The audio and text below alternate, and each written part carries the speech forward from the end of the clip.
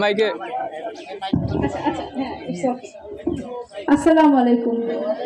আজকে 26শে মার্চ মহান স্বাধীনতা ও জাতীয় দিবসে আজকে বীর মুক্তিযোদ্ধাদের এই সংবর্ধনা অনুষ্ঠানে আগত সকল সম্মানিত বীর মুক্তিযোদ্ধাদের, তাদের পরিবার এবং অন্যান্য সুধীমণ্ডলী যারা আছেন সবাইকে স্বাগত জানাচ্ছি, শুভেচ্ছা জানাচ্ছি।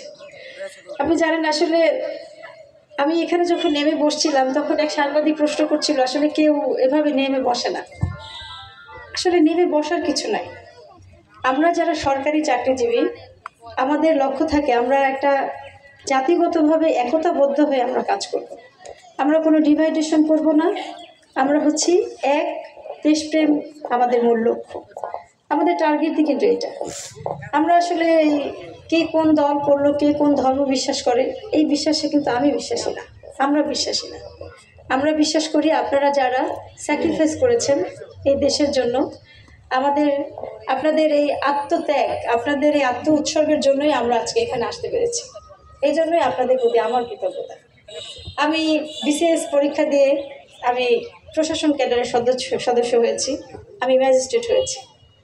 আপনারা জানেন যে এই যে একটা সময় যখন আমাদের পাকিস্তান, পূর্ব পাকিস্তান নাম ছিল, তখন কিন্তু এইটা সম্ভব ছিল না, আর মেয়েদের পক্ষে উঠে আসা তো আরও কঠিন ছিল। তো সেই জায়গাটা, এই যে আমরা নারী পুরুষ সবাই আমরা চাকরির যুদ্ধে, আমরা জীবন যুদ্ধে আমরা যুদ্ধ করতে পারছি, এটা আসলে আপনাদের জন্য, আপনাদের ত্যাগের কারণেই আমরা এখানে।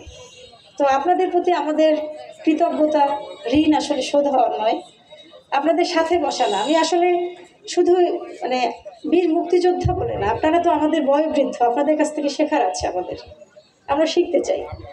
আপনারা আজকে আমাকে কেউ কেউ বলছিলেন যে আমাদের এখানে স্বাধীনতার 7ই ডিসেম্বর। অ্যাকচুয়ালি আমরা আসলে তো ওটা দেখি নাই, আমরা শুনেছি, আমরা জাস্ট শুনেছি, আমরা এখনো শুনে যাচ্ছি। আপনারা যে কদিন আছেন এ কদিন আমরা শুনবো, আপনারা চলে গেলে কিন্তু আমরা শুনতে পারবো না। তো আমি চাই যে আপনারা বলেন, আপনারা আসেন, আমাদের অফিসে আসেন, আপনাদের প্রয়োজন হলে, অপ্রয়োজনেও আসেন। আমার যে দুয়ার, আমার দুয়ার কিন্তু খোলা।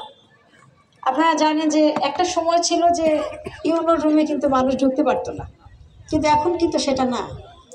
আমাদের গণশুনানির জন্য একটা দিন নির্ধারণ করা থাকে, বুধবার দিন সব মানুষের কথা শুনবে। তবে এটাও ঠিক, যখন সব মানুষ আসে কথা বলতে, তখন কিন্তু আসল কাজের কথা হয় না। তো এখন কিন্তু আমরা সেই ইয়েতে যাই না। আমার কাছে যে আসে সেই কিন্তু দেখা করতে পারে, কথা বলতে পারে। তো আমরা চাই এই যে আপনাদের আত্মত্যাগ, সে আত্মত্যাগ মলিন না হোক।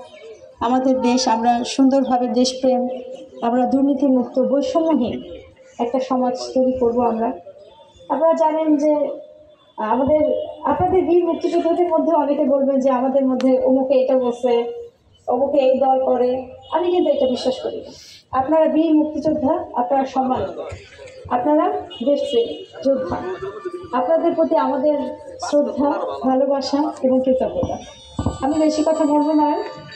আপনাদের জন্য, আপনারা যারা আজকে আসছেন তাদের উপস্থিতির জন্য আমি কৃতজ্ঞতা জানাচ্ছি।